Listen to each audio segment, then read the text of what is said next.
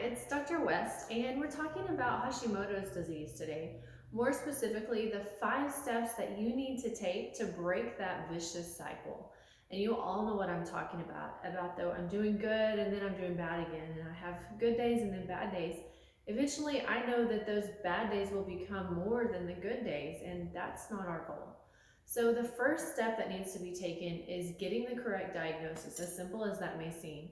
So most of the problems that I see with patients that come to me from their primary care provider, from their endocrinologist, they've only had one thyroid test ran, and that's their TSH. And honestly, that doesn't tell us very much. It tells me, what those numbers are, but not what the thyroid's actually doing. So we have to get more than that one marker tested. We have to get your TSH, your free T3, your free T4. We have to get reverse T3. We have to get your TPO antibody and thyroglobulin antibody. That way we know, is there an issue with stress affecting it? Is it in the gut, the liver? Is it happening in the brain? Is it because one thing's not turning into another the right way? What's called a conversion issue. So those things have to be looked at.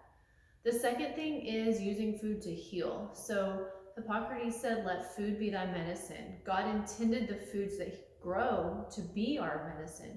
And that's frankly where a lot of prescription medication started, was there. But we have to make sure that food is healing us and it's not harming us. And by not harming us, I mean that we're not sensitive to it. So we know that food sensitivities are a major trigger for autoimmune disease. The most common ones I see are dairy, gluten, wheat, soy, and eggs. And those are things that people eat every day, and it's hidden in our food in multiple ways. And if you don't test to see if you're sensitive to it, then what you could be eating could be making things worse, and you don't even realize it. Number 3 is we want to make sure that the liver is being supported. The liver is a very, very important organ. But frankly, the toxins that we use every day are harming us, whether it's our skincare products. The average female puts on 150 to 200 toxic chemicals in the morning. If you start reading what's in your shampoo, your moisturizer, your eye cream, your lotion, you'll start to see this add up. Another one is pesticides. So whether it's at work, where they spray for bugs, whether it's at home, whether it's what's sprayed on our food that we don't even know, that all affects our liver. Another thing that affects our liver is fluoride. So we want to make sure that we're using toothpaste and things like that without fluoride, and it is added to our water supply, so we need to be filtering that through also.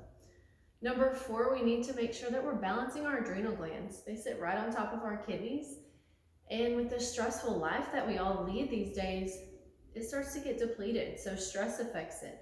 And then we start to see that affect sleep, and then energy, and then blood sugar, and sex hormones. And if those things aren't fixed, we're going to keep having this vicious cycle. And number 5 is to make sure that you heal your gut. So all of these things that we just talked about affect our gut. It has to be healed. Then we have to reintroduce the foods that we're sensitive to, just to broaden our, food horizon a little bit.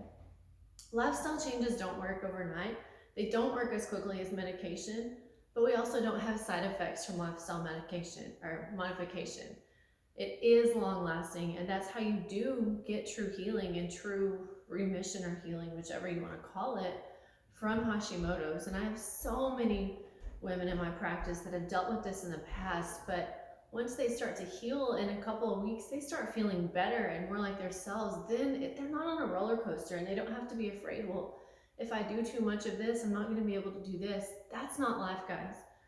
If your doctor is not taking care of you, not looking at the right test, reach out, because this is what I love to do, is to help you get your life back.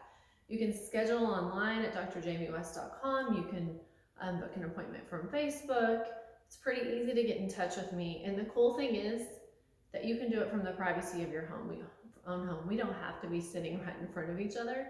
We can do it virtually or in office, whichever you prefer. But hope this helped, because your life is so worth it.